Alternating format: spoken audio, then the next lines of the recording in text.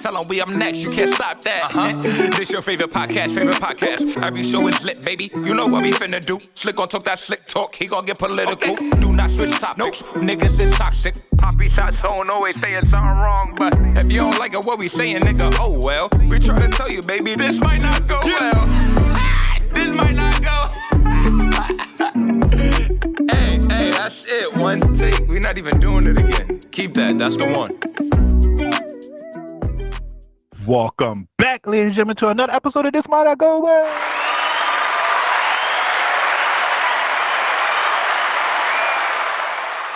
Episode 192, we in the building. You ain't know who it is. It's the host with the most, B Brezzy, aka Poppy Size Zone. Yes. What's going on, everybody? It's your boy Slick Grayson. How y'all doing out there? You already know what you gotta do. Please download the Live Podcast app on iOS and Android, and please follow us on all social media at This Might Not Go Well. If any brand deals, business opportunity, please email us at thismightnotgowell@gmail.com, and make sure you like and subscribe on all platforms and leave us a positive and a 5-star review because that helps out with the algorithm. All right, brother. Episode 192. How you feeling this week? I can't complain. I think that this week was a big week, a very big week, inauguration week, MLK Day, and just, I think the coincision of those two things happening on the same day, it makes you very reflective. I think we're going to get into, what's happened in our country in a little bit, but I think just like seeing everything from, TikTok to the inauguration to the executive orders.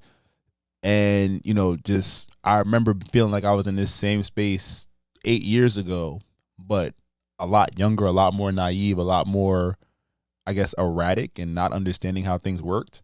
So I think now being able to look at it from a slightly, because, it's only slightly more mature mindset. It's like, okay, you kind of see how certain things are going. But it's like you can you're in a better position, or at least I speak myself, I'm in a better position to make decisions that will benefit myself, my family, my friends. And I think that that's something that we have to all kind of navigate in this new time, because right now it's the wild, wild west. It's going to look very, very weird from a policy standpoint. Things that we've grown up having or understanding are now being pulled away. And it's like, how do you explain this how do I explain it to my students? My kid doesn't understand what's happening. How do I one day, depending on how the repercussions of all this goes, how do I explain these things to her? But it's also a moment of like, okay, this is when we, especially as like the black men in the community and whatnot, we step up and you get your shit together in a sense. Like, all right, I know what I got to do financially. I understand. I'm surveying. I can't be oblivious to policy and laws and decisions and things that are happening, because they can possibly impact my family and my bottom line, and we can't have that happen now.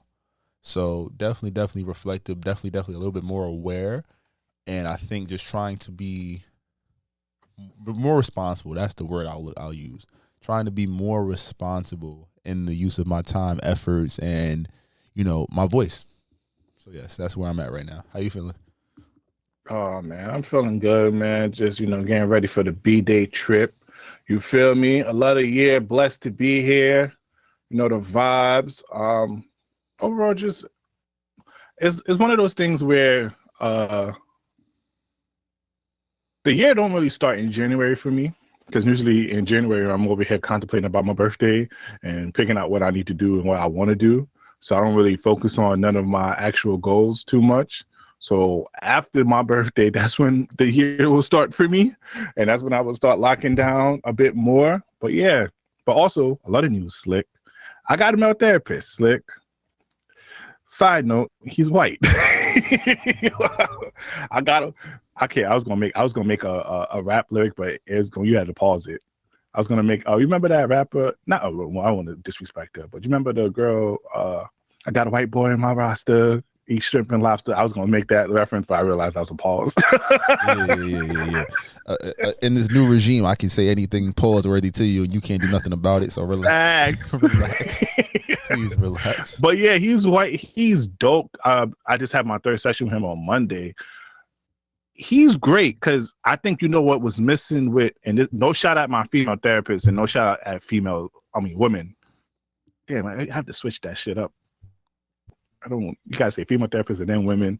Yeah, no shout out my women or my female therapist, especially Dr. Asia Jones. Shout out to her. If she comes back, I might go back to her. I think I needed a more solution-based therapist. Because as I was telling him my problem, not telling my problems, as I was going through my story and my journey to life for certain things and what I wanted to do, this nigga was being very visual. He had a whiteboard. He was like trying to explain stuff like, yo, I told him about this. He's like, yeah, you only need to make this more money to get out this situation. Okay, I'm trying to help you balance out because I also want to lose some weight. So he's like, yeah, so he was like man explaining it, and it felt like it just registered a bit more. And this is no shot at my Dr. Asia Jones because she was great because she had me in tune with my emotional side and made me more aware. But as a man, I needed that. Because we think logical and we more like solution. Like, let's not dwell too much on the problem because the problem is in the past. Like, it already occurred. Any stuff that you feel some type of way already occurred. Either you cipher through it, you go through it, but you have to get through it and move forward and try to prevent yourself from getting back there. And that's what he was trying to do, even though it's our third session, but it was just off the rip, refreshing. Or maybe it's just new. Maybe it's just that honeymoon phase that I'm with my therapist. But this man don't got no damn cultural reference. This nigga, I met, it's virtual Slick, but this man not even from the city. He don't know nothing about pop culture. I thought it was just blacks. I thought he didn't know nothing about the blacks. Nigga don't know nothing about anything, bro. He closed off. He ducked off the way with his wife and his daughters. He didn't even know about Drake versus Kendrick. I'm like, gang. Oh, he just knows therapy. He's like, he just knows therapy. I'm like, because I'm making reference. Yo, it was so funny because I was like, we was talking about money about certain situation I want to do. And I was like, yeah, it's going to take me a couple of bands. It's like, you mean grands? I'm like, nah, bands. What you mean bands? I'm like, this nigga here.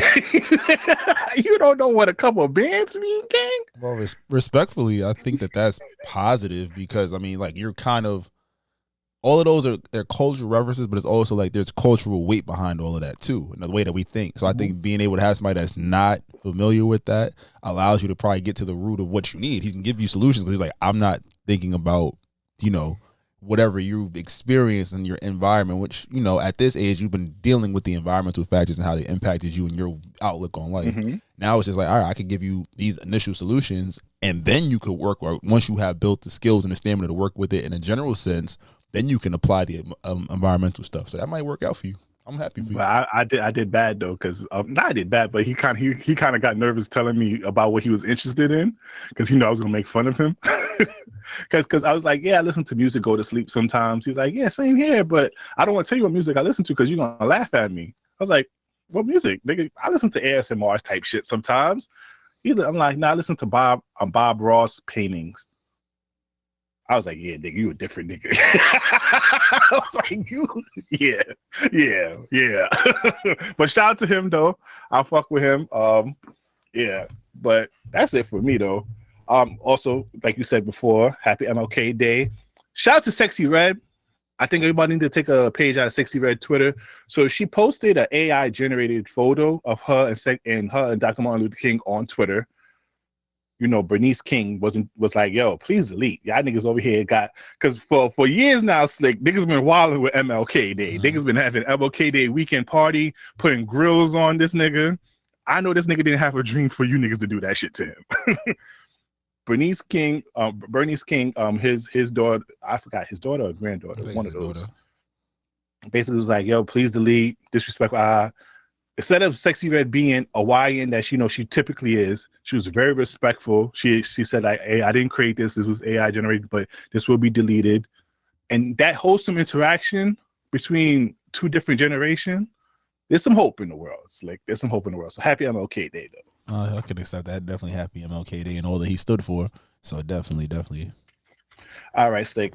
Do you real quick? Did you see Mayor Eric Adams' interview with Carson Tucker? No, that's not him, right? Tucker Carlson. Sorry, I said his name. I reversed it. Did you see that awkward interview with Mayor Adams? No, I haven't seen it. Wow, what's up? This nigga basically switched parties on us. He's turning Republican. He's since my boy Donnie got into office, Slick.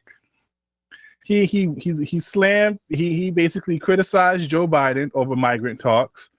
He's saying like, yo, basically the Democratic Party left him for dead. And now my boy is trying to be on the right side. My nigga, I'm letting you know this right now. You're not getting reelected, gang. You trying to get that pardon from Donnie? I'm gonna bring the clip next time, Stick, so you can break it down a bit more because I know this is part of Political Slick Hour. But let's go into TikTok scamming us. Slick, when Saturday came, I thought niggas was gonna give us until Sunday, 12 a.m. Sunday, January 19th. I thought niggas was gonna give that. Niggas cut that shit a couple hours before that, Slick. I tell you, on the timeline, people was having a meltdown. My niece was going on around, don't talk to me. They took TikTok away from us. I was like, girl, there's other platforms you can go to for entertainment. Just for these niggas to turn this shit on about 8 hours and give Trump all the credit. And guess what, Slick, now? There's certain words that you can use before that didn't get flagged, like free Palestine and all that, that's getting flagged. You can't, people who are talking bad about Trump is getting their videos shadowed banned, Slick. What's your thoughts about TikTok scamming us? We caught on to you niggas. I know this nigga Donald Trump did that just so he could come in on Monday and be like, yeah, I bought us TikTok, which he did. He said he bought back TikTok. What's your whole thoughts about that, Slick? I think it was on a political side, it was a great move. Because it's a problem he created first and foremost. He was the one that was really the spearhead of like, we don't need TikTok, we don't need this Asian company or the Chinese company, like, you know, is leaking information. He created the issue, and now it's like, all right, going into office, you know, the big concern from a lot of people is like, all right, Project 25, what are you really going to do? So what is his first action prior to even being inaugurated? Oh yeah, we'll get TikTok back. And it was wild because even when they said they're leaving, he was in the initial message. Oh, we hope to work with President Trump to get it back. And then I'm like, we get it back by Tuesday, Wednesday after the inauguration. They lifted that ban literally by the morning. So it was very wicked. And just even before we go into the Trump part of it, it's crazy because like if you deleted the app off your phone, the app it's not in the App Store, it's not in the Play Store. CapCut, same thing. If you deleted it, it's gone. So like people are taking iPhones that have TikTok and stuff on it, and they're selling it for thousands of dollars. So it's going to show like this platform. Make a bag off of this phone, bro. I didn't delete TikTok. Yeah, I got like 2 phones in here that still got the joint. I'm thinking about if I flip these, I just want a couple hundred. That's all I want.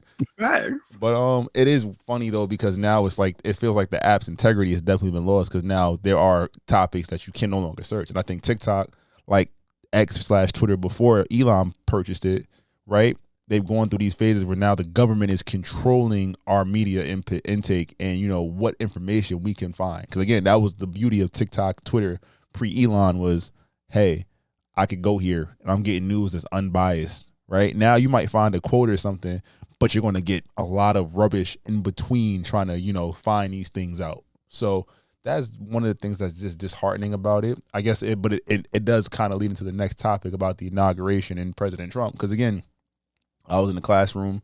We showed the kids the news clip, let them watch the inauguration, and they was talking about all the crazy stuff Trump is doing. And this little girl looked dead in our face and was like, yo, I fuck with Trump. He brought TikTok back.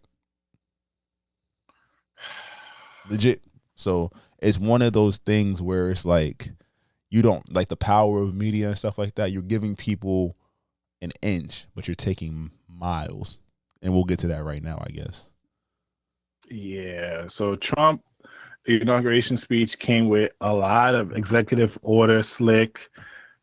The most important one, I mean, I'm not going to say the most important one because, you know, depending on who your audience, it might be the most important one. But at least for minorities, he revoked the Equal Employment Opportunity Act of 1965 by LBJ, President LBJ. The order prohibits discrimination in hiring and employment based on race, color, religion, sex, and national origin. Mm-hmm. I don't know how I feel about this. Like, this is something that needs to protect us and give us a fair opportunity because we realize, especially now that we in career, Slick, you know this game is about nepotism and who you know and network. There's a lot of people that we come across in our career that has positions that shouldn't be having those positions, but they know the right person. They come from they come from certain backgrounds, and now you basically takes the unfairness out of this, and now I can see a lot more people getting into positions that typically wouldn't be qualified for. Man, just diving into those executive orders, just starting with the removal of that clause, it's something that's scary because we've already acknowledged that there is rampant racism across many professions, many careers, many fields, right? And a lot of these policies were put in place to combat them. And the argument was like, well, now how do I know if I'm justified in hiring somebody or enrolling somebody in this school because, you know, there's DEI and all of this. And it's like, diversity and inclusion is just making sure that you're being checked to make sure that you're not bypassing somebody just based off their name or the color of their skin, right? If a person's qualified, I have no problem with that. But it does get scary because we're literally saying, oh, basically the assumption is that a lot of black and brown people in positions of power are hired because of DEI, not because they are qualified. And that's disgusting. That's something that they're going to push as an executive order, which I feel like on certain grounds that he can be sued for. There are states that are suing about several of his executive orders because, again, it's like, how are you going to tell us that, you know, jobs can? You want to go down a quick list? Oh, I got you, bro. We don't got to read it. So I'm gonna give you the sentences, the first sentences of what he said, Slick. Where you want to start off? Because I've been waiting to kill Caitlyn Jenner over here. She's been riding for this nigga crazy. You don't even got to read them, bro. You can go to the top of the dome, bro. He pulled us from the World Health Organization. Like, what? So if there's another crisis, he's basically said we'll figure it out on our own. He's literally ending birthright citizenship, knowing that America is the land of immigrants. About 98% of people that live in this country, their ancestors did not start on this country. Right? They weren't even on this continent, most likely. Right? If we really talk about it, prior to 1965, a majority of immigrants that were coming into this country were of European descent, German, Russian, etc. Right? The Civil Rights Act of 1965 is when doors opened, and when that was created to initially protect African Americans, right? Because we were forcefully immigrated to this country and then treated as whatever cruel, vile word you could think about. But then you jump to that, and that opens the doors for, you know, a greater Latino influence, greater Asian influence, Southern America, etc., whatever you want to call it. So now you're taking away birthright citizenship, which basically protected children that were, if they were born here, and gave them citizenship. You're saying, no, that's a dub, right? He's empowered ICE to go into schools, churches, and other protected spaces in the means of deportation. So you mean to tell me if they want to pull a student from my class, like, yo, that's not going down. So now you're creating this uncivil unrest, right? Where else can I go there? I'm thinking that's just some of this fucked up shit he's done. Oh, yeah. He's trying to remove, he's talking about removing trying to talk about removing the income tax, which could be positive, but then you're also implementing tariffs, which again, the price of goods is going to fall to the consumer. So you're saying, yes, you keep a little bit more money, but everything's going to cost a little bit more. So you're still in the same fucked up predicament. Like, only identifying two genders. Caitlyn Jenner, go ahead. I know you was looking for that one. Yep. The pardons for a vast majority of the January 6 defendants. He also required a full-time return to office work for federal employee in order a hiring freeze on government position. Strip employment protection from 1,000 federal employees. This man was wilding over here. Well, he did do something for Elon Musk, right? For the Dogecoin. That shit been going crazy if you've been into the stock markets a lot. And then Slick, this man over here, he took aim at Biden administration for clean power, electric vehicles, and other energy goals. This man is a tyrant for fake. Dang, I ain't gonna hold you. Mm-hmm. And then he goes about the border, and then remember, the funniest shit ever, he's gonna turn the Gulf of Mexico to the Gulf of America. Slick, bro, it's and it's more too. I'm just off the top. It was me reading the article. Over 200 executive orders have been pushed, and he hasn't tackled education as of yet. He's still working on his financial and tax policy. There are some things in there where you're like, I could see it. he just passed an order that, like I said, I'm gonna highlight some stuff. He is passing an order that's supposed to lower the price of homes, quote unquote, and widen the availability of homes, which, depending on how you're moving, could possibly work in some Americans' favor. But it's just one of those things where it's like, why are some of these things a problem? Oh, this is the big one that really bothered me, and it really does bother me because it goes back to seeing like the rich are going to get richer while the poor struggle. He took away a bill from Biden that is meant to lower the cost of prescription drugs.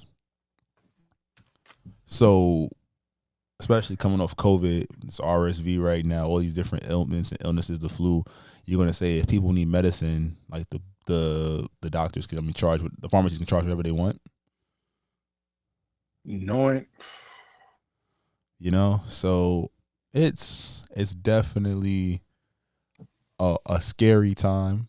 Because again, the facts are the facts. Making America great again is almost like, it's like Star Wars when Palpatine became emperor, and it was like, yo, well, there goes democracy, because you're pulling so many things that have leveled the playing field or have been instrumental in supporting of not even just the minorities, but a vast majority of the country.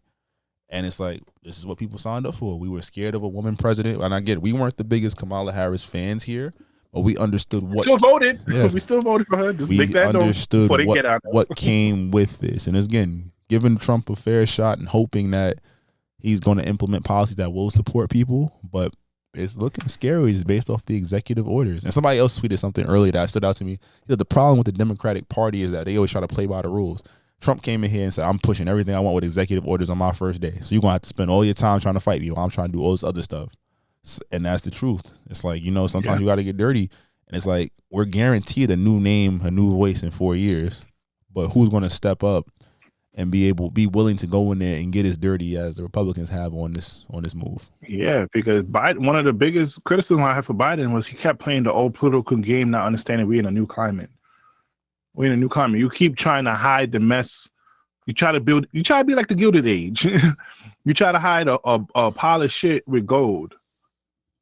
No, Trump is going to be like, yo, it's a pile of shit, but hey, I'm going to play in it and get my shit done. And that was the biggest problem with Biden. And then you sat here, you was going against Trump, and then you gave Kamala Harris only a few months to even do what she did, knowing that she had a lot of criticism. And also for that past 4 years, you barely let her out to talk to people. There was one time before the election, before people started doing their race, we was actually, yo, where's Kamala? After she said, we did it, Joe, she went behind the scenes.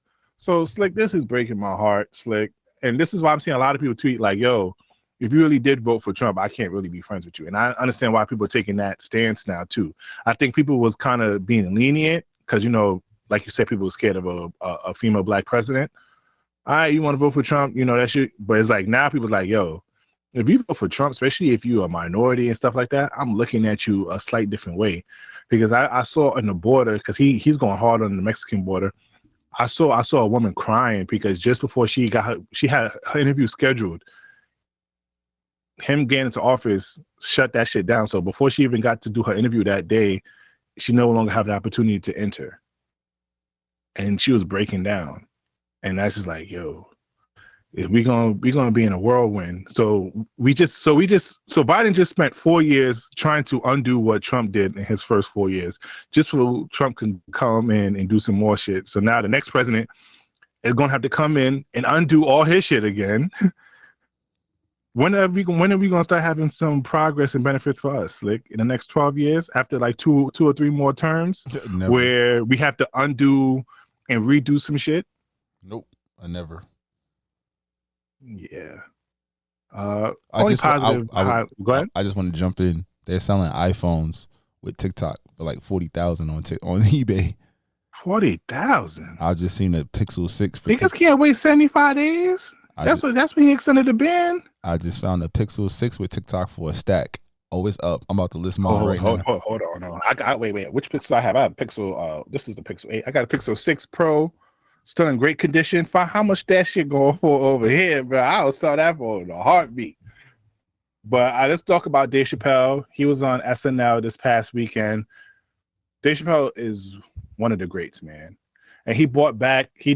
I love how he integrated components from his Dave Chappelle show into the new league. So he did the 20v1. He didn't do the 20v1. I'm sorry. He did the Pop the Balloon, and he brought back Slick Johnson, and then he also brought out Ashley Larry. He also had Glorilla, and anytime Dave Chappelle does SNL, he gives a fantastic monologue. Even though the monologue is 17 minutes, Slick, on Twitter, Slick, if you pull that video up, I want to play a little snippet of it. We're not going to play the whole thing because we ain't going to listen to a 17-minute type of monologue. But once again, shout out to Dave Chappelle real quick. All right, got you.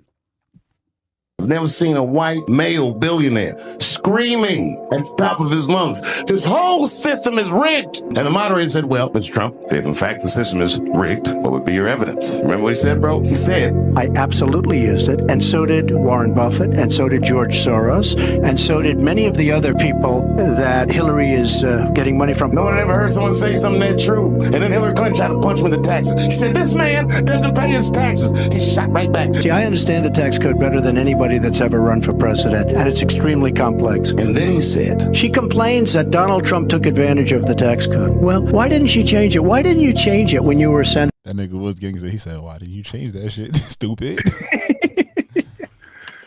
Bro, and that's it. Shout out to Dave Chappelle. Glorilla, I ain't gonna lie, Glorilla, she looked real different. She ain't look like that when FNF came out. She got her teeth done, got her titties done, grew her ass slick. I need that. I want that. I'm on a hunt.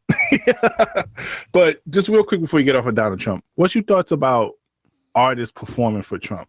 So we have Nelly, Snoop Dogg, Rick Ross, and I forgot the other fourth person performing for Trump.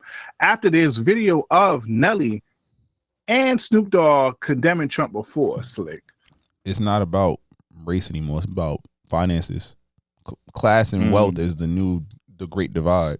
And I think that artists can say, hey, yeah, they might not like me because I'm black, but I'm a millionaire. They'll do more for me than they'll do for you. Right? So you adjust your position on the fence to where now you can still benefit. So it's a conversation. Like, we're not talking about right and righteous and all those other things. It comes down to just this matter of like, yo, this is a million billionaires market. Excuse me. So keeping that in mind, we're going to see a lot more of this shit in the next 4 years. But Nelly said in a recent interview, he's not doing this for money. The Trump pop.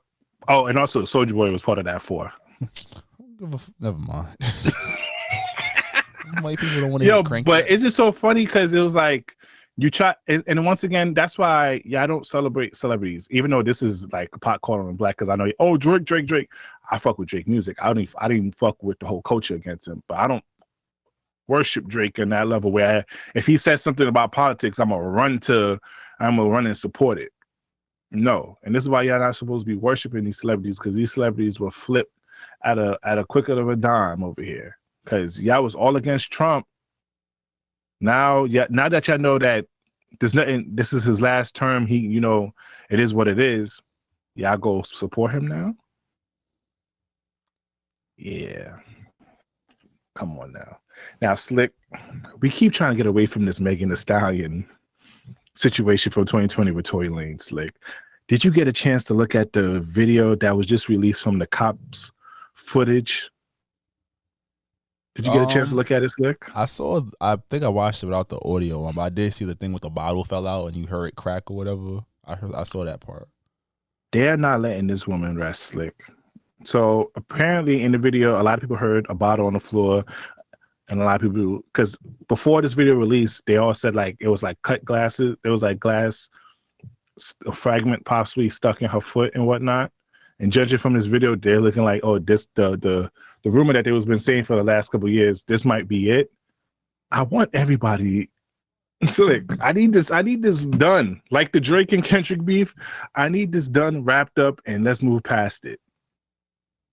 Because at this point, at the end of the day, Tory did not go to jail for shooting her.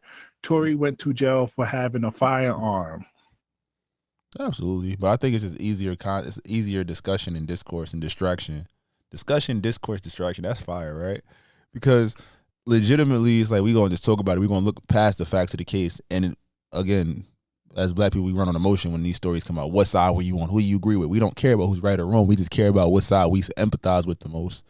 But it does. It's always one of those things. We're going to see facts of the case years after the decision is made, and Tory will be out in 2 years. Let's keep it a buck, or 3 years. Like they're going to use the evidence to reopen the case. All of a sudden, new evidence and acquit him on something, or time served, or he's good behavior, whatever the case is. So it doesn't even. I don't know. matter. Nick was stealing his musical equipment from his cell though, so he might not be on good behavior.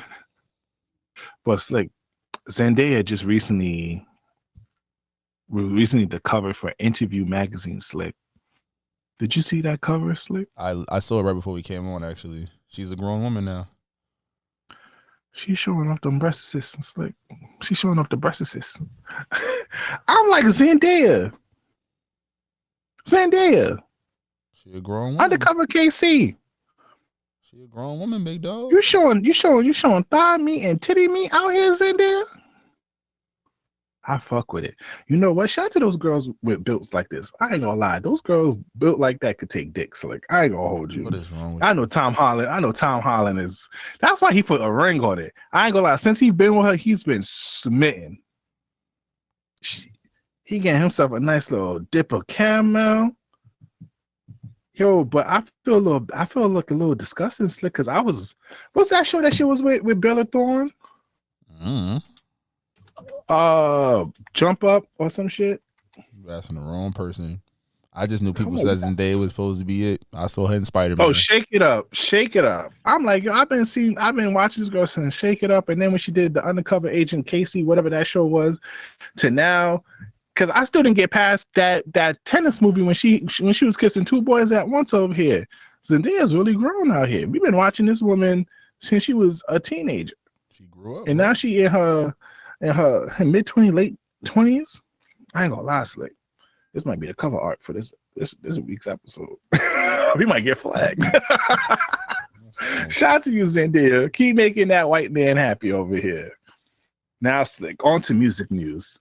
You see how us light skins got to stick together, Slick. You feel me? You thought you dark skin niggas had to reunite, you little Morris Chestnuts, Charlemagne the God, and all them niggas, all you dark skin ass niggas over here. Us light skin niggas can stick together too. Charlemagne not in our group. We gotta relax. You can't throw Morris Chestnut into a Charlemagne. Charlemagne is. They say they look alike. They say they celebrity look alike. That's nasty. That's wild. Morris Chestnut gotta fight that nigga respectfully.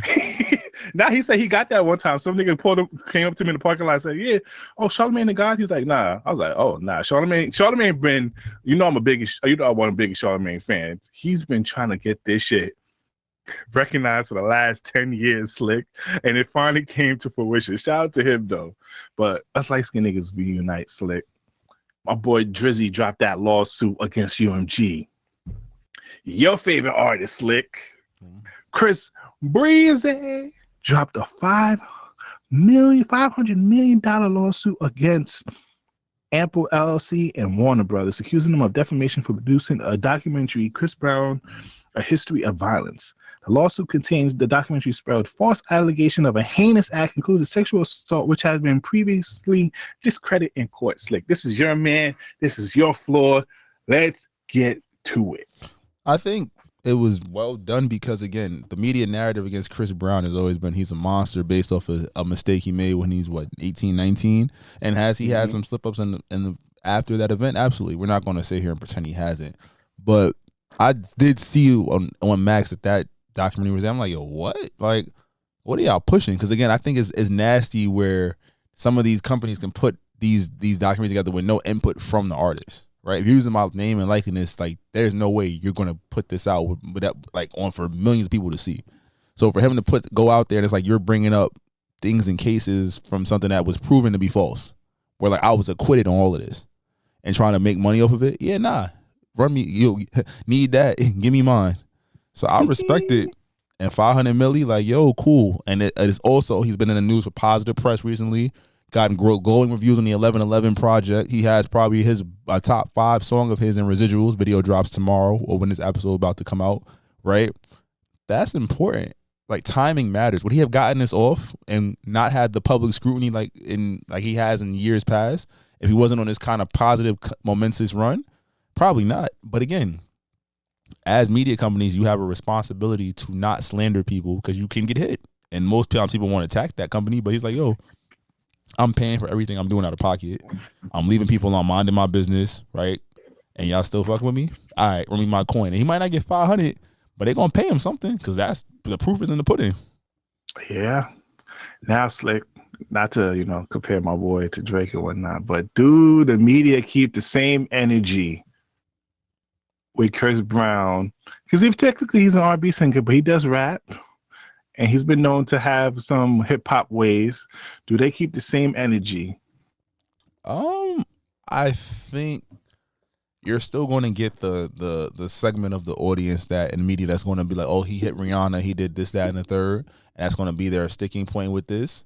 But I think anybody that has any kind of legal acumen would say he has a home run of a case right here, right? So they're going to be able to talk shit about him as a person, but in what he's complaining and going to court over, how do you argue that? I think with the Drake thing, the problem was they could spin it as, hey, he lost the battle, now he's crying, he wants his ball back. He wants his ball and he wants to go home. Chris is like, yo, y'all just fucking with me, and I'm not doing nothing to y'all. So now y'all going to pay me. You're going to pay me a shit ton of money. And Warner Brothers been going through it because they haven't had too many hits recently. So yeah, that's about Harry Potter movies ain't doing that well too. Yeah, it's about to hurt. They stopped making them. They about to put the TV show out. So we will see. Wait, hold on, Slick. I was just reading something. How they always kept saying, how everyone keeps saying that's not hip hop or what Drake did. So us OVO hoes that you like to call us from the embassy, did some research. Guess who also filed some defamation suits against other artists. This is against actual other artists. Who? Do you remember Rick Ross and 50 Cent, right? Mm-hmm. One of the beefs that's most recognized. Did you know in 2009, he filed a lawsuit against 50 Cent for defamation of character, saying that has damaged his reputation through lies and insult after having his baby mama in that sex tape? Mm. Benzina sued Eminem for defamation of character, attempt to get the court to stop Eminem from releasing more tracks targeting him. 50 Cent filed a lawsuit against The Game for defamation of character, accusing him of making false and damaging statements about him. In response, The Game countersued, but the legal dispute wasn't resolved in the court. So it's like we talk about this hip hop stuff. We moved the goals for Drake. Drake not hip hop. Drake not the culture. Where's the same energy for that? You're right. Just saying, when we talk about the boy, and the funniest shit, Slick, from what I read, I didn't really go into depth last week. I'm not going to go into depth now. He's still out streaming all you motherfuckers. To this day, he's out streaming more of his albums. Right now, 8 of his albums went back into the Billboard Top 200s. What's the elimination of Drake at now? And they said, what's it called? No Face is going crazy. It's one of the most viral songs on TikTok. That's why I don't believe none of y'all niggas talking about it on Twitter. Rakibo, keep retweeting that little Kendrick Lamar fucking publicity shit, nigga. It don't matter. Cause no face, nigga. Anywho, let's go, Slick. New York is in the building. So we talked about what that West Coast rapper Ray Rivon did against, he was throwing mad shot, talking about he gonna box Maul like a T-Moon box. Joey Badass ain't on nothing. Yeah, it's the West Coast. Yeah, you know where it's at. Slick. This is East Coast versus West Coast Part 2, Slick. My boy, Joey Badass from Pro Era. If you from Brooklyn, you know what that movement did in the city. Shout out Desi. Oh yeah, we supposed to. Reason why we didn't have Desi on because Slick keep playing around. He not saying this up, so I'm putting pressure on him live on this platform. We gonna get this artist to come this year. Can we put that on wax, Slick? Yeah, I'm hit my boy up and see what's the word. He released this track, and I'm loving the feel because this is a real East Coast feel, Slick. I know Joey Badass probably not on Drake's side, but I'm riding because I'm from Brooklyn. You heard? Can you put a little snippet of it, Slick? All right, let's get it. This is Joey Badass, the Bodman. On the sign saying, Cut it up. Yeah, nigga, it's Brooklyn, bitch. Boom, nigga. Fuck out of here. And J. Cole, you still gonna catch strays out this motherfucker. You heard? Mike, delete later. You know Joey won't fuck with that. I want all the smoke. I'm Biggie and Tupac all combined. Y'all niggas keep forgetting Tupac was born in Brooklyn, niggas. And he could rep 5 hoods too. That's what you West Coast niggas piss me the fuck off to, especially you LA niggas. He could rep Baltimore and Oakland. He ain't exclusive to LA, nigga. He was born here. He was born in Brooklyn. So when y'all dick ride Tupac over here, especially Kendrick, whatever the fuck Pimsqueak name you keep doing, reincarnated bullshit. Remember, you dick riding the Brooklyn nigga. You heard? Joey! I'm here for it, Slick. That was tough. That was my first time. I'm from Brooklyn, you heard? From the floors. I'm right. Even though I love West Coast music, I'm from Brooklyn. All right. You got anything to say? This is your first time hearing it, though. No, it sounded good. I saw a lot of people were like, kind of like, oh, it was good, but it wasn't touching what Rayvon did. I was like, I like the aesthetic. I think, especially for somebody like Joey, who we know can rap, and it's just been like trying to get over that mainstream hump. Like, yo, this is a perfect segue to get back. He's been out of music because he's been doing the acting thing. This is a good segue to get your shit. And also, y'all are some motherfucking. Y'all so disrespectful to Joey, cause I forgot what platform said this. Either Joey, either the Joe Button or some other platform back on Fake. I'm gonna correct myself next week when I do my research again. Y'all sat here and say like why he didn't have the same energy with Kendrick Lamar when he released Control. He did. He released a track, and the nerve of you niggas saying that, oh Joey ain't that type of art, and he ain't a bigger artist, or he wasn't around too often. Something where he wasn't around that long to even go against a rapper like Kendrick Lamar. Are you fucking stupid? They practically have the same amount of years since releasing music, technically. Joey Badass been out here for a long time, more than 10 years plus. Yeah, I know he stopped with the music because, you know, the acting is going very, very well for him. But Joey's been outside for a long time. Do your motherfucking research when you talking about Joey Badass over here. Put some respect on my name and put some respect on Brooklyn. You heard? If we need to be East Coast versus West Coast Slick, I'm gonna be sick though, because I love West Coast music, so I can't disrespect these niggas too much over here. So I'm gonna be sick because I'm gonna have to cut off at least a good quarter of my playlist out, which I don't want to do. Shout out to Big Sad 1900. But I'm here for it, Slick. And also, why would Joey have to go after Rayvon? They're not in the same league. Not saying rapping ability wise, but as far as fame and status and all that, he's a small dog to Joey. And even though, yes, in a public view, Joey is a small dog to Kendrick, but they have the same amount of years and they probably have the same ability. Of course, Joey's not going to reach down and punch down. He's going to punch up. That's Brooklyn shit, you heard? But that's neither here. Anything else, Slick? Shout out to Joey, man. Oh, all right, Slick. Just let's get into some sports. This podcast going everywhere right now. Anything else you want to say about the NBA season? They just talked about the All-Star game, which they announced 2 unknown motherfuckers for the dunk contest. I ain't gonna lie, this guy, I only know him because he was doing decent for me in the fucking fantasy leagues. Steven Castle from the Spurs, number 4 pick, and a lot of rookie Mateus that they announced. Yeah, at this point, bro, I'm with Stephen A. Smith. Get rid of the All-Star weekend. I'm 100% with it. Stephen A. Smith went on a rant earlier this week with Shannon Sharp. At this point, and I ain't gonna lie, I love LeBron. He's one of the main reasons why the All-Star is what it is. I know this is gonna sound crazy, Slick. I don't know if you agree with me or not. Him not participating in a slam dunk contest is one of the reasons why the slam dunk contest is what it is. When he was in his prime, we was begging this nigga, and you know what this nigga did? He led us on by doing slam dunk types of dunks in the All-Star game in the free throw line, in the practice line, instead of actually joining it. That's what led other artists to follow suit. I know he didn't do this on purpose. I don't think he wanted everybody to follow him. But unfortunately, when you have such an impact and such an influence, you basically subconsciously influence people to follow you. We haven't had an all-star, besides Jaylen Brown, participate in such a long time. We had to get a nigga who was in the G League. We had to purposely sign him to a 10-day contract with the Orlando Magic. Shout out to that white man. And had him win 2 times, Slick. It's to the point where the 3-point contest is more viewed than the slam dunk.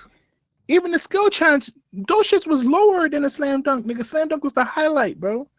And no offense to those 2 NBA players who got announced, but where's the damn All-Stars? And I think also, before I pass it off to you, Slick, this is common for what y'all did to Aaron Gordon. Y'all know damn well he should have won that. And D Wade, this is on you too. Your ass giving him, standing up for your little Miami Heat fanboy, you fucked up the slam dunk contest and made other niggas don't want to do it. Slick, what you got? I agree. I think that the league, this must say must be one of the most lackluster All-Star games before they even play the game, right? They're trying to change the format. They're not getting stars don't want to do it. And it kind of speaks to where basketball is as a whole with the injuries. I just saw James Harden them not playing the Celtics tonight. So the Clippers, one of the best feel-good stories in the league this year with all their injuries. Kawhi and James Harden don't want to play the Celtics, but they're going to probably play the Wizards tomorrow night. Right? It's just like, yo, stars aren't playing. You got team players saying, I don't want to be on my team, so I'm not going to show up, or I'm going to show up and half-ass it, and they get mad that you called me out for half-assing it. You know, you got coaches running players into the ground, but it's like you're not giving them, putting them in a position to be successful. It's one of those things like all around the NBA is like, it's ass right now. If it wasn't for fantasy basketball and bets, it's like I wouldn't pay attention to it. And even right now, like I haven't watched a full basketball game in a minute. I'm like, I'll just check the results in the morning because it's not entertaining. It's not fun. Like the playoffs last year, the Knicks series, those was fun. Right? But after that, I didn't care no more. I 100% agree with you, bro. Kat, I see you try to do your best stomp the yard expression of Columbus Short, nigga. Don't injure yourself, Playboy. You know Tibbs is going to run y'all niggas to the ground, so you need to maintain your health too. But speaking on just players not want to play, you have Jimmy Butler, who just recently was in a Phoenix Sun-inspired sneaker, was just announced today, Slick, has been suspended by the Miami Heat for the second time. And it's keeping him out for 2 more games after he missed a team flight to Milwaukee, Slick. He's really trying to push his way. You have any thoughts on that? I think it's annoying when players start acting like crybabies because what is your real beef? Because they didn't want to pay you. I recall you saying when you signed your last deal that this one was going to be your last deal, right? Now I don't like that. You're getting paid $50 million a year to play basketball. And he has an option. Yes, and your feelings are hurt. So you're just going, I don't want to play. I saw the report where they said, I don't know if these are his words or like this is somebody making up. It's like, if I got to be third option to Bam and Tyler Hero, I'd rather be third option to KD and Devin Booker. I'm like, brother, this is your team. When you're on, you guys can beat anybody in a 7-game series. And yes, might not feel like you're getting the respect you deserve. You're 35. You barely play regular season games. And then you wait till the players turn it off. And then what happened? You got hurt and then everything went up in smoke. And Pat Riley told you, stop talking shit because we're not in it. You got hurt. It was a freak injury. But maybe if you played more in the regular season, we would have a better seed and we'd be valid. So I feel for you saying, yo, I want my money. They don't want to pay me. I should be able to leave. Cool. But that's another thing that I think LeBron has kind of unintentionally done. Even though he doesn't ask for trades, he's made it okay for players to kind of take control of their careers. And now some of them just do it in a bitch-made way. Yeah, but I mean, do you feel like he felt like, yo, I took the Heat to 2 NBA finals. But you're 30. And you guys, but Pat Riley has made the Heat unmarketable. If you're a free agent, especially a superstar, you're not looking to Miami, which is crazy because Miami is one of the best spots, one of the best destination spot. No taxes, beaches, bitches. But the fan base isn't that great. It's not a great place to play basketball. It's a great place to live and interact. The fans don't care about basketball. The Heat been good in it. They don't go to the arena. And then you say they're smart about their business. They did the same thing to D Wade. D Wade's like, I'm gonna get the money back from LeBron and Chris Bosh signing. It's like, nigga, yeah. But that's under Pat Riley. So that's what I'm saying. Pat Riley has made the Heat. Yeah, but is that bad? Not a desired place. Business? Is that bad business? If as a team, I'm like, are you about to be 36? You playing 40 to 50 out of 82 regular season games. There's no guarantee you're going to be there in the playoffs. Why am I paying you $60 million a year? Oh, for what you've done in the past? That's only happens when you're a young guy. But he took LeBron's cookie off the plane. That's why LeBron left. That don't. And then, but LeBron left. Did LeBron bitch about it? Did LeBron say, "All right, I'm a free agent. I'm going to go"? He didn't say, "I'm not going to play. I'm a protest and pout," and then didn't trade me. It's like when Kevin Durant signed a contract extension and wanted to trade. It's like, bro, you literally just committed to this team. The NBA should, if you demand a trade, your contract should be void. Oh, that, and that's why I ain't gonna lie. Stephen A. Smith said this too. He was talking about the All-Star game, but I think shout out to Adam Silver. I think Adam Silver is great, but he's too player friendly. He needs to start doing BTA, belt to ass to some of these boys. Because I ain't gonna lie, they said this. David Stern would never. David Stern would never let this happen, especially with the All-Star. That nigga was on it with niggas. Mm-hmm. So I think Adam Silver, they taking your kindness for weakness gang. Next season, start doing belt to ass. Now, before we get into the playoffs real quick, Slick, what's your thoughts about the Draymond's tweet after Jordan Poole comment said, this is Jordan Poole comment. I love those guys over there talking about the Warriors. I love most of those guys over there. He corrected himself, which Draymond replied to the tweet made by a reporter. I'm really am sorry. Do you really think Draymond Green is sorry for punching Jordan Poole in the face? Draymond Green is in the process of his transition to the media phase. You're going to get people talking about you. The Warriors are not winning right now. They're not doing what they were setting out to do and trying to get another chip. It keeps people talking about you. I don't think he was sincere in that. And even if he was, it's done in bad taste. I'm going to call you if I really feel that type of way. I'm not doing it for millions of people to see. He's really trying.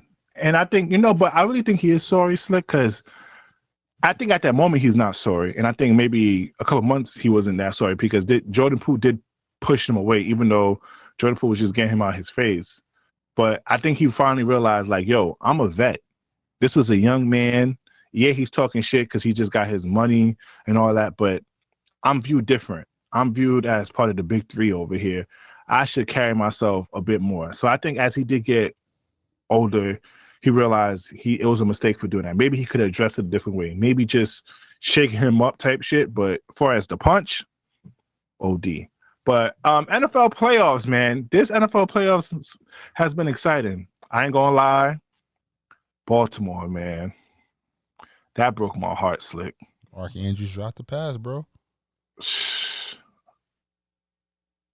And they was making a miracle run too. But I did have the Bills going to the playoffs. Now, going to the Super Bowl. They just got to get over that big hump with Kansas City. Even though Kansas City is not a tip-top team this year, but you can never count that boy number 15, Patrick Mahomes.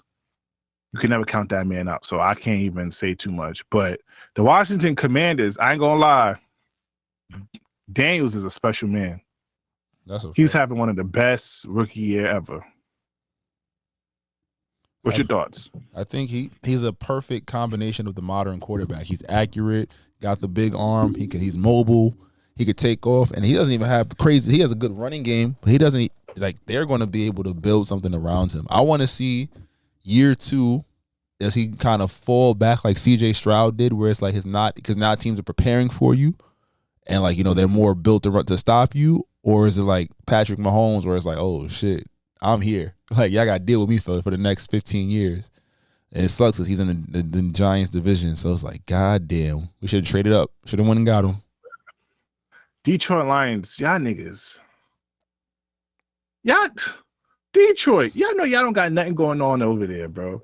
Niggas live and breathe for the Lions over there. Even though the Pistons are doing good this year, shout out to Kay Cunningham. I didn't even know Kay Cunningham and Jalen Green had beef like that. Oh, no, they don't fuck with each other. I didn't even know that. They don't fuck with each other at all. I didn't even know that. But they actually having a good sports team year.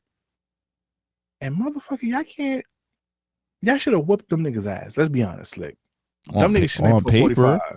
On paper, yeah. But then again, they whole defense been injured the whole entire year. A lot of the niggas been out for a long time. But shout out to the Commanders though, and shout out to Philly. You feel me?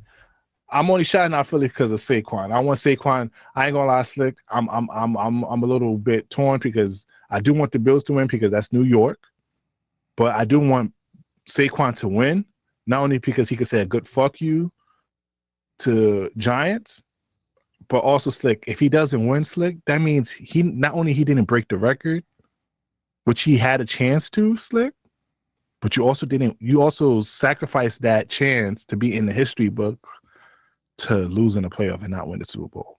That's a fact. And the only way that's gonna make up that sacrifice is if you win, boy. Come on now. Also, shout out to my Jets though. We hired a black coach. You feel me? Jets, Jets. Them niggas as bad as the Giants. So don't do that. You feel me? And also, salute to you, Travis Hunter. You going to the Browns, my nigga. You're gonna have a shitty career over there. Hopefully, you get out your rookie contract and really ball out because that nigga Watson not getting those massages, so he ain't gonna do well for you. Watson's done. He retore his Achilles. Oh yeah. Yeah. He tore his Achilles. He's cooked. Try to trade for Shador too. If Shador and Travis Hunter could play again together, I think it will make a good make some noise. Well, let's get to our song of the week. If you're listening to this on YouTube, please exit and go to your favorite streaming platform, preferably the live podcast app, which you could download on iOS and Android, or you could go to our Apple Music playlist or our Spotify music playlist to go see our songs of the week. I see you head bopping. I see you head bopping. That's He like the only one. That's my guy. He got some heat. That's my guy, Isaiah Falls, Butterflies. Go check out his project. He has a song on there, Night Off, featuring Joyce White. I played one of her songs from one of her projects last year. She's one of my up-and-coming female R&B artists. I don't only listen to Gaga Boom, despite the popular belief. But shout out to Isaiah Falls. But that was our song of the week. You can find our previous songs You're not that guy. on Apple Music playlist. on Apple Music playlist, on Spotify Music playlist. But that's not what you're here for. You're here for the people's choice, the people's favorite. Slick, drop it. I can be toxic, but so what? You gonna love it here. Shit, fuck is you talking about? We have fun over here. It's very fun here. And it's fun indeed. Welcome, ladies and gentlemen, to the Toxic Service announcement. You ain't know who we sponsored by the one and only Heart of Moisture. I can be toxic, but so what? You gonna love it here. This Might Not Go Well podcast we have is fun sponsored over by here. Heart of It's Moisture, very fun here. your most trusted distributors in all things beauty. From hair products to wellness tools and more, we provide you with access to beauty supplies from wherever you are. Follow us on all social platforms at Heart of Moisture and visit our website at heartofmoisture.com. Let us know how we can serve your community when it comes to your wellness needs. Email us at admin@heartofmoisture.com for more information. Essentials with ease. Slick. Yo. This is going to either be a funny TSA or you're going to curse me out by the end of this TSA. It might be a balance. With this one situation, Slick, I came across this. It is on Twitter. I came across this video on TikTok on this $500 situation. I kept it very vague, just so I could get your opinion on it first. This is not rage bait. This one is not the rage bait. Can you play it, Slick? All right, let me get it to load up first. Hold on. I'm scared. I'm dead scared. All right, power slap. What is this shit? You get $500,000, but you have to hand slap an elderly woman on TV. You can do it unlimited times. You just can't tell anyone why you're doing it. Why would I do it more than once? If you do it, how many times are you doing it? I'm doing it once. Why would I do it? There's no need to do it more than once. Every time I slap, I get another one? Yeah. Oh! Every time you slap that old woman, I'm slapping her to a pulp. Hear me. Hear me good. I want you to. Hey, go front. I'm gonna have to smack her too. Slick, you're a father. You have a girl. You have a daughter. You're a respectable man in your community. Or you're gonna go on national TV and slap a elderly person without letting people know why you slapping an elderly person.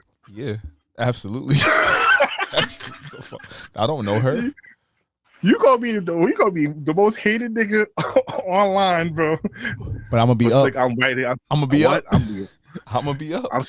I'm gonna line up in a row, do like how high with the baby powder Slick.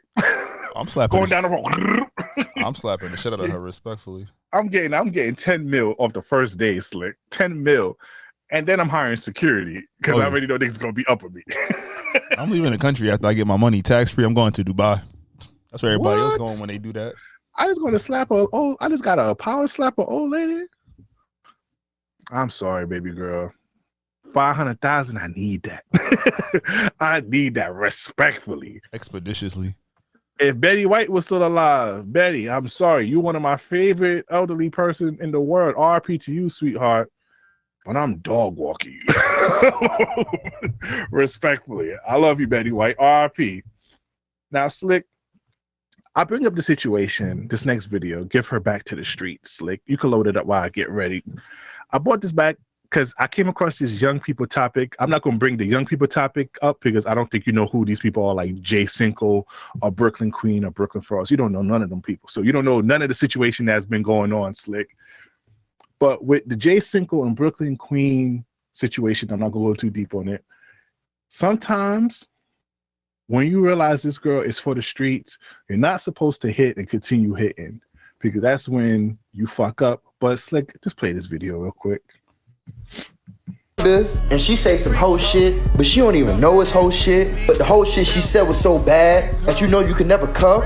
So you just gotta have fun with her before you release her back to the streets. Tragic. Tragic. You ever been fucking with a bitch? And she say it's tragic indeed, Slick. It's tragic. And women, oftentimes we say men talk themselves out of coochie. You women talk yourself out of relationships. Respectfully. And I'll be a little transparent because this situation happened about 2 years ago, and I hope this person don't listen to this podcast, Slick. But I was in a gray area with this shorty, right? And we chose to hang out for something. I'm not going because when I say it, she might pinpoint who this is. And then we talking about like past situation. I don't know why we even got to that topic or whatnot. Shorty had the nerve to tell me, like, yeah, I was talking to this person, right? We know we was doing our thing. We was talking. He just told me he got out of a relationship or whatever. But I'm not really was fiending for a relationship. That's red flag. You fucking a nigga without wanting a relationship. It's telling me something about you, but I ain't gonna go too deep on that. Then he told me his ex-girl reached out to him and wanted to spend some time with him, but we're not exclusive. So I was like, you know what, cool, I trust you, whatnot. After that weekend, homeboy came back and came to her respectfully, like, yo, we gotta stop this because me and my ex-girl coming back together, right? So boom, off my head, I'm like, oh damn, this nigga, that ex-girlfriend gave him the most wild top, sloppy top, really put it on him.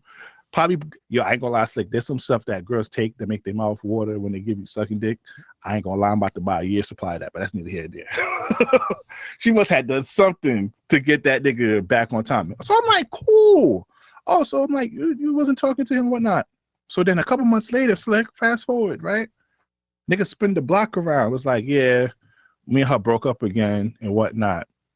You know what the whole shit she said to me, Slick? That's like, I looked at her, I was like, you would never be my girlfriend. What she said. But me and him started fucking with each other again, like fucking. But I'm only using him for dick, because I don't want a new body. I was like, oh shit. Oh, Slick. When I told you, my heart sank not because I was like hurt by what she said. I was just like, damn, girl, you're only going to be the fun girl now. Like that shit's tragic for Slick. That shit's tragic because I'm like, yo, shorty. You thinking right now, Slick, that I'm supposed to put an effort or what these women like to say, Slick? Apply pressure. And another nigga knocking you down when you was the second option, bitch? You think I'm going to apply pressure on you? Take you on these dates when you have a potential to get fucked by that nigga the next day or 2 days? Yeah, you eliminated yourself, shorty. We doing free shit. Because I'm telling you right now, ladies, I know y'all going to hate us for this, whatever. This is my time to be toxic masculinity. This is TSA. In the back of my head, anytime I hang out with you, Slick, anytime I hang out with shorty, I'm going to say, did this nigga do this for you? Did he spend this amount of money for you? And also, shorty, your second option. Because when his girl came back and spun the block, he left you high and dry. That means your shit. That means you wasn't a priority to this nigga for real. But you want to be my priority? And this is when I you know I blame myself, Slick, because I was like, damn, I asked too much goddamn questions. And I should. Ignorance is bliss, Slick. Yeah. Ignorance is bliss. Ain't nobody happier than a stupid nigga. That's why I'm starting to be stupid. I'm not asking no more questions. I'm trying to protect my peace. But then again, I don't want to be that nigga who put having his girl out here and then niggas tell me, yeah, I heard about your shorty. Cause that shit hit deep. That shit hit different, Slick. When niggas tell you about your shorty after you done, especially when you're in the honeymoon stage with this bitch, where you looking at this bitch with a twinkle in your eye, you looking at this bitch like, oh my God, where this bitch been at? Like, I really like this bitch. And then niggas tell you, yeah, your girl was out here for real. You be like, again, another one. And she did that, and I'm just like, shorty, sometimes you girls need to shut up sometimes. I know we tell guys to shut up, and I know women tell guys to shut up. They be talking to themselves out of coochie, but women be talking to themselves out of relationship. Because I was like, shorty, I'll be damned if I cuff you. Because I'm cuffing a second option over here. A nigga dipped off of you and came back, and then you think it's empowering that you just using him for dick. It don't work that way. It's not empowering. Go get a new body. I know you scared because it might be trash and whatnot. Go get a new body. You can't fuck a nigga when he just dipped you off of his ex. Slick, I don't know if you have anything to add about that, but that was my little rant that I want to go on. And that video triggered me. I just will say, about 2 years ago is when you started always saying that shit. You started referencing that shit. Now that I think about it, I'm like, this nigga really used to say, damn, she just using him for dick. Damn, that's crazy. You really, damn. That's crazy. Like, that's crazy. That's gonna stop my effort. Like, lie. I ain't gonna lie. It's like I shouldn't say this out loud because I don't really want them to lie to me, but lie to me. Like some things I just shouldn't know. It's gonna change how I think about you. And it's gonna change how I even approach you or even continue to try to get at you. And you know the thing about it, Slick, even though we have a lot more other topics I want to get to.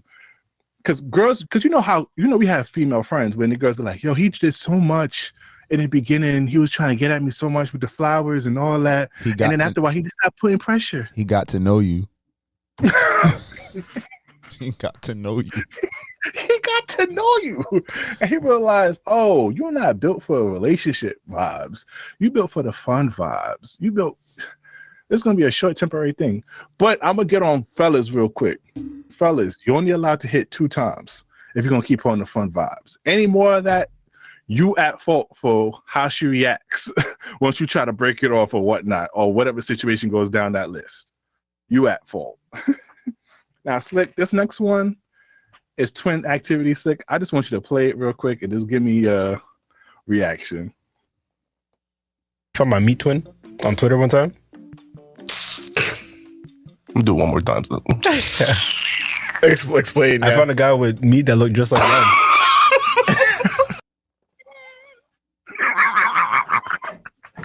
The fuck, bro? Like, what?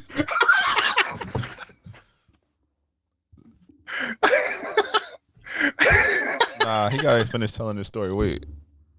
Because I went, it's weird because like it looked like my meat on another person's body. Yo, it's not my meat. Yo, dead ass like. So I opened like a thread, and it was like mostly women, and there was a guy there. I'm like, whoa! Oh, hold on. I said, this guy's meat. Just let me see what he's doing because like if it's my meat, that's my meat twin. Let me see what he's up to. Click. GP. Yeah, it wasn't the same wavelength. The same wavelength. So as my meat. It was your meat twin. Why would you even what? I came across that video, Slick. Nah, the fact that he felt comfortable bringing that shit up, no, absolutely not. I'd have took that to the grave. You never found your meat twin in one of the porn videos. Nope, I'm not even. I don't want never. Nope. Yo, I never saw my meat twin, but shout out to my meat twins out there. You heard? Twinskies. I'm an only child. I'm fine with that. All right, it's like this one ain't gonna be too bad, but Slick, can you play like the first 10 seconds? Cut it off when that nigga start his rant after he stitched the video. But this is a video that we referenced last week. Women should have rosters. Hate me for this, but I unfortunately think it's true. In dating, I think it's very appropriate and necessary for women to have a roster. More accurately, I think it's important for women to rotationally date. Sweetheart, nobody hates you for that take. You just demonstrated how you have a very sexist viewpoint. He went in on her. Do you believe women should have rosters? To a point. Should have a roster. To a point, yeah. I mean, I think as long as we're aligned and we both know, I'm fine with it. Don't be trying to hide your niggas. Don't hide your team from me. Slick, do you really think in your single days, do you really think you could cuff a girl if she told you she had a roster? Yeah, that's more fun for me because I'm gonna be like, I'm definitely fucking you better than that nigga. Point him out. So it's a competition, but I'm talking about not just having fun. I'm talking about actually you're gonna outperform these other niggas just to snag her up in a relationship. Nah, I think this might not go. Oh Lord, please don't get yourself in trouble. Nah, she's. Anytime I've been in that situation, they fall in love with me, and I'll be confused. I'm like, all right, I thought we knew what this was. Oh yeah, that one short in college. Yeah, I was like, yeah, that's not my fault. Yeah, I think I'm for it. Like, I don't feel like, especially when because what if you don't really like her like that? Like once you get to know her, you're like, if she got a roster, you don't feel bad cutting ties, and you know you could always get it back. When you put it that way, you do make sense. Yeah, I don't, because a lot of times you don't. A lot of times when you actually get to know some of these girls, you be like, the idea was so much better than the idea was so much better than the reality, and that's okay because a lot of women feel the same way about niggas too. If you have your fool nigga and your dick nigga and the one you want to be your boyfriend, the one you'll settle for being your boyfriend, that's cute. Have fun. I'm gonna have fun too. And it's just like, all right, we get to a place we get to. But you know what? That's so unfair because this is one of the double standards because they will frown upon us if we had a roster. That's because a nigga will have a roster and not give a fuck. That's why women want control. Yeah, and girls don't want to be second place. The only time like I said last week, the only time girls are willing to play the second place if they are getting financially, it's like they're getting some type of major benefits from it. You taking care, you giving her a lifestyle, you taking care of her financially. Then she like, you know what? That's the offset of me not being first place. But women have pride and ego. They don't want to be known as a second fiddle. Yeah, because then they're gonna start asking you about shit like, oh, so these other shorties that you fucking with, what's so special about them? And then once you tell her like, no, she different. What you mean she different? And that's she cooks. She cook better than me. That's when you was supposed to run as a young buck. Like, she starting to care, y'all. I gotta go. She fucks you better than I do. You be like, nah, y'all fuck pretty good, but it's different. What you mean different? Niggas is not gonna do all that unless I hope. But you know what? These are new age niggas though.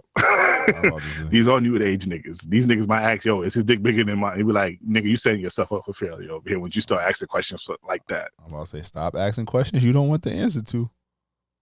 Nah, but my shorty gotta be single. Slick. I'm sorry. You a different. I'm not competitive, bro. Like with the situation I just mentioned. Once I hear you have one or two niggas, Slick, not that I'm gonna compare myself, but I better get maximum effort out of you or for minimum effort. Nah, I don't care. Just keep it a buck with me. I just don't look like stupid. You just tell me what it is. We fine. I don't care. But it's certain programming in us men mind. Like, yeah, we're not like depending on like you really have to be something like super duper special for me to be competitive and try to take you away from the other niggas. I just like to be an asshole because women. This might not go well. Oh, this thing over here. Give me a clip so I can use for special toxicity. In my younger days, we're talking more than 10 years prior to this, like 12 years earlier, I would just be a dickhead. Especially if it was on some like, all right, we here, I'm kicking it with you. I'm not trying to clip. I'm just be an asshole. And for some odd reason, it worked. I never cared if you had a person. I respected it as much as you did. Oh, you know what? Because that does work. Because a lot of girls be like, why he not on me? Why he not like trying to be competitive and fight for me like that? Let me go start focusing on him, and then when she start focusing on you, oh no, this nigga really dope and shit. Oh, I actually like him more than I like. And then the other nigga something in the universe make the other niggas start to act up. Something in the universe start making the other niggas act up, and before you know it, checkmate. All right, next topic. Now, this one's slick. This one's a controversial clip that's been going around, and they're trying to destroy men having podcasts, which I'm a little in the middle of this, Slick. This is a very mature one. So I put some kiddie ones first to get to this mature one. Play this. And we can't get off this subject. I gotta ask you a question. Are you in love with your wife? No. Me either. What? I don't believe in that shit anyway. It's it's overrated. No, listen, the wife. Okay. See. Y'all didn't explain that shit to me then.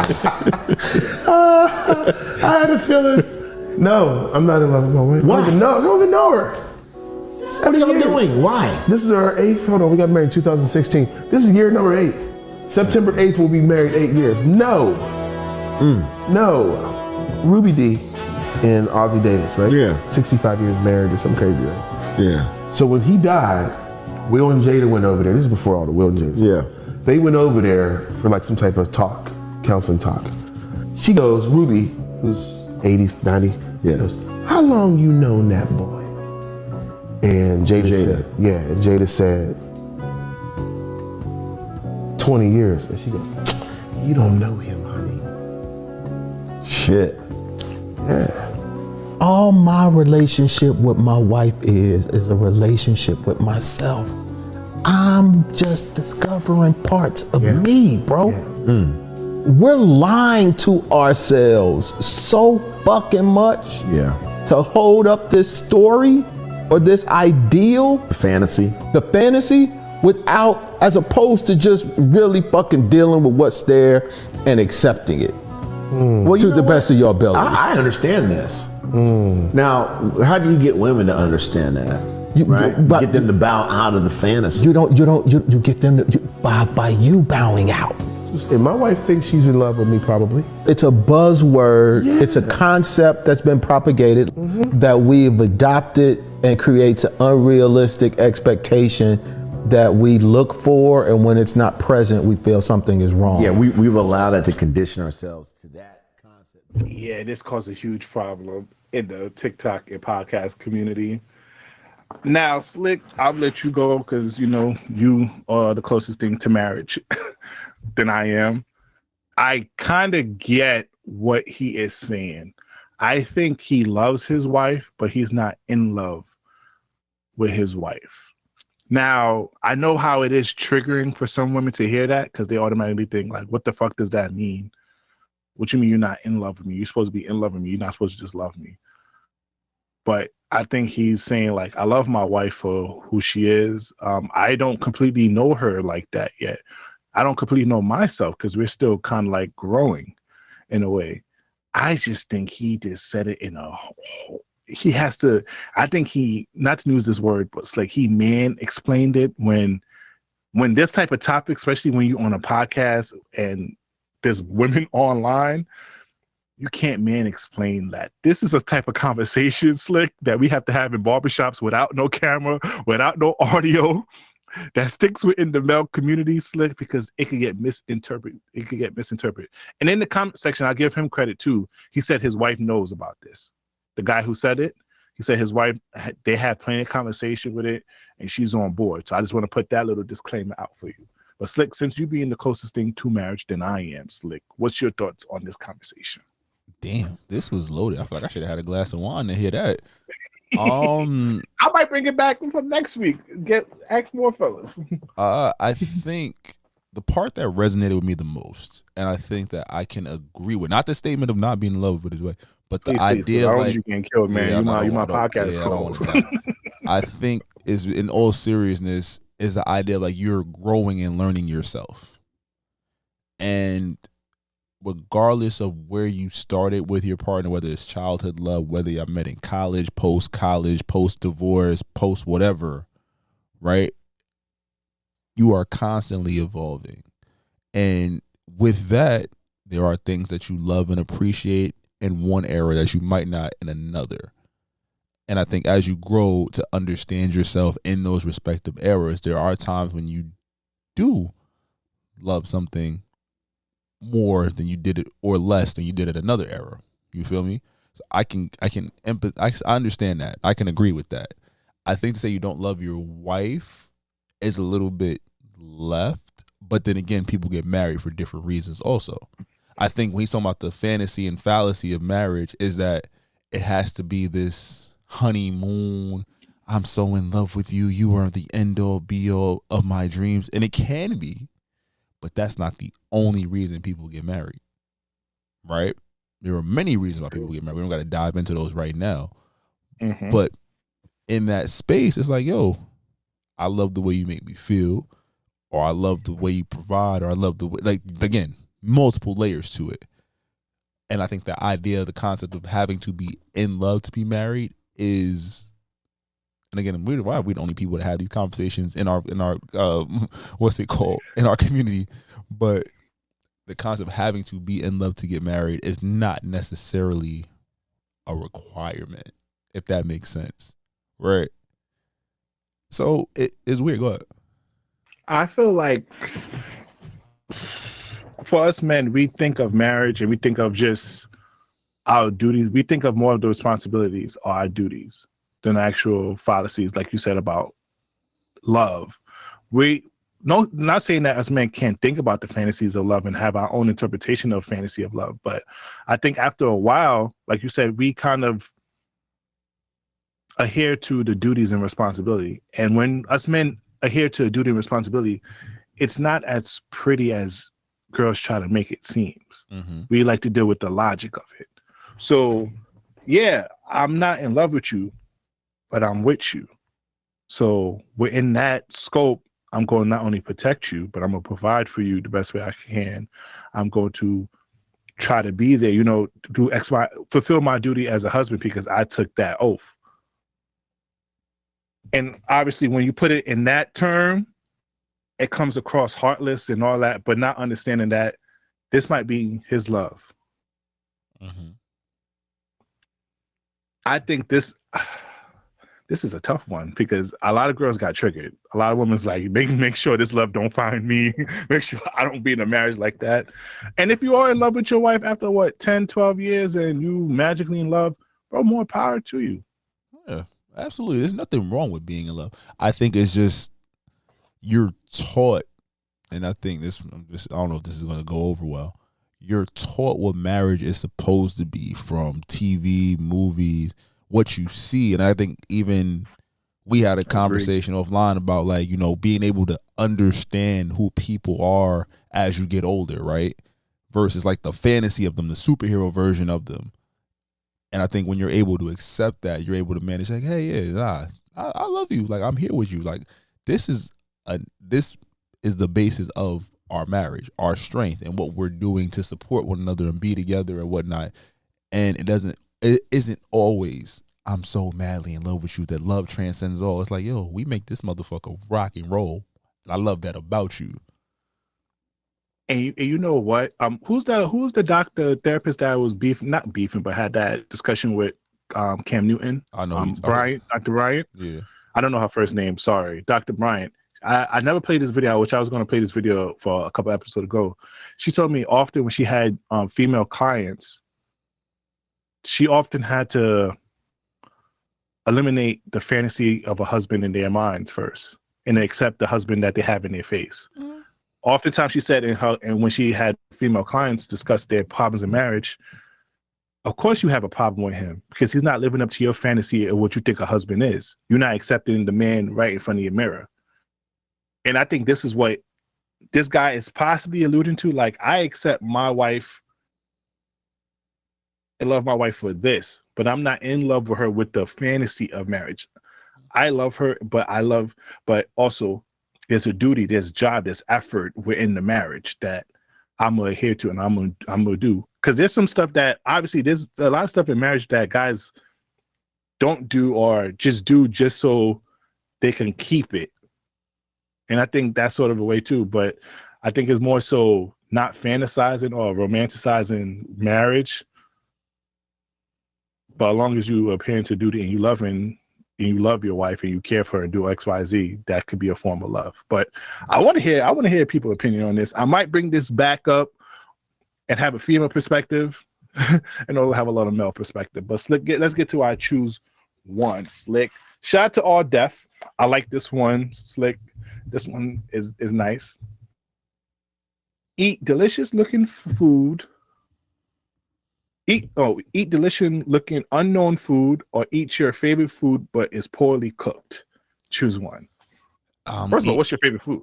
It depends. I think I'm a fan of just good cuisine. So I think if you make it well, I'm going to enjoy it. Like I'm a very addicted person. Even though it could look disgusting, it could look like one of them SpongeBob like gunk. If it's good, if it's hitting, I'm with it. I might look a little scary, but if it's hitting, I'm a rock with it. So I'm gonna definitely ride with the delicious looking unknown food. Favorite. Give me one of your favorite food. I'm an oxtail guy. Griot. So like the oxtail is looking good with the rice and beans. Might have a little plantain on the side, but once you took a bite out of that shit, shit chewy than a motherfucker. Yeah, it's gonna ruin it for me. So that's why I'm kind of like, I'm good off that, big dog. Oh man. What about you? I'm a little on the fence though, because it's like, the unknown food, that shit could look crazy. Like, I'm a visual person, so there's sometimes when there's certain meals that look like too crazy to me, it takes me a little while to try it. I'm still a fat ass, so I'm gonna still eat it because there's people starving out here. But I'll be a little hesitant. But then again, like, I think I might go with this because I can't see my favorite types of food, bro, be poorly cooked, because that's even worse. That feeling. A good oxtail, a good griot with bun, Brezzy, a dip, Jonjon, with a night, and then you see your shit looking extra sexy. You got the pickles on the grill, Slick. You imagine you pick that shit up like, oh, this shit about to slap. Oh, nah, that shit trash. That shit poorly cooked over here. So I think the emotional side of me wouldn't fuck with the favorite food poorly cooked. So I might have to go with you and eat delicious looking unknown food too, though. I might have to go with that. Told you. Because my emotional ties to my favorite food is gonna fuck me up, Slick. But let us know which one you choose. Hopefully you like this episode. Thank you guys for a lot of audio journey. I definitely want to hear your opinion on the I'm not in love with my wife, and also with the choose one. And let us know what you choose one in the segment. Shout out to the comment on YouTube. I don't know what we talked about at 20 minutes and 50 seconds, but they said that's their favorite segment. So shout out to that commenter over here.